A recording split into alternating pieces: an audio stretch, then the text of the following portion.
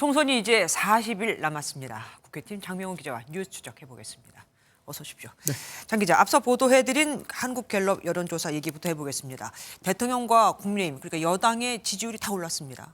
네, 맞습니다. 지난 1월 말 이른바 윤한 갈등이 봉합된 뒤부터는요.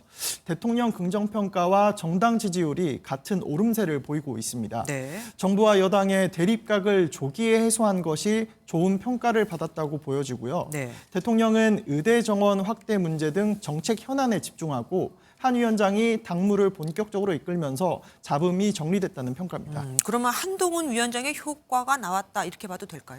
네, 맞습니다. 기존에 진행된 여론조사를 보면 한 위원장의 지지율과 당 지지율이 아예 따로 노는 결과가 그랬죠. 많았습니다.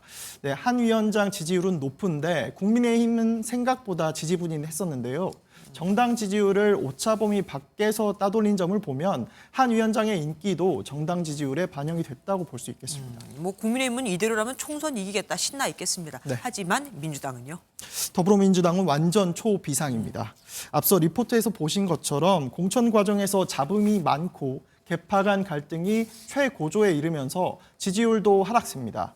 유심히 보실 부분이 바로 민주당의 텃밭인 호남 지역의 지지율인데요. 1월 말부터 꾸준히 60%대를 보이던 광주 전라 지역 민주당 지지율이 이번 조사 때는 일주일 전보다 14%포인트나 떨어졌습니다. 야, 한때 150석, 200석 뭐 이런 얘기까지 나왔었잖아요. 네. 민주당에서. 여기다가 새로운 미래도 변수가 되지 않습니까? 네, 맞습니다. 새로운 미래 호남 지역 지지율은 4%에 그치며 아직까진 찻잔 속의 태풍인 상황입니다. 하지만 오는 일요일에 이낙연 공동대표가 광주에서 출마 선언을 한다고 하니 호남에 이 새로운 미래 바람이 불지 지켜봐야겠습니다. 그리고 격전지로 꼽히는 곳 있잖아요. 낙동강 벨트 이런 곳들은 어떻습니까? 격전지 민주당 후보들은요. 이대로라면 질 게 뻔하다 이런 우려를 하고 있습니다. 그렇게까지요. 한 PK 지역 후보는 지지율이 뒤처지는 상황이다. 발품만 팔아서는 안 되는 지역인데 중앙에서 기름을 붓고 있다고 진단했습니다. 또 다른 후보는 수도권에서 4%에서 5%포인트 차이면 지방은 2배에서 3배 차이가 난다고 걱정했습니다. 때문에 정치권 안팎에서는 이대로라면 낙동강 벨트를 포함해 한강 벨트 등 주요 격전지에서 참패할 수도 있다는 전망이 나옵니다. 민주당이 중부 송동 값을 놓치면 한강벨트 전체가 다 위험해지는 거고요. 보수세가 조금 강한 데가 있어요. 이를테면 이제 서대문이라든지 서대문 종로, 뭐 종로는 마찬가지고 예, 예.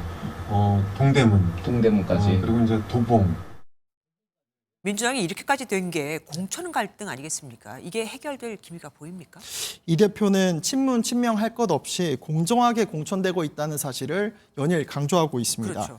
오늘은 경기 성남시 분당갑 지역에서 컷오프된 친명 김지호 정무조정 부실장의 공천 승복 사진을 올리며 친명도 희생됐다 이런 메시지를 띄웠고요.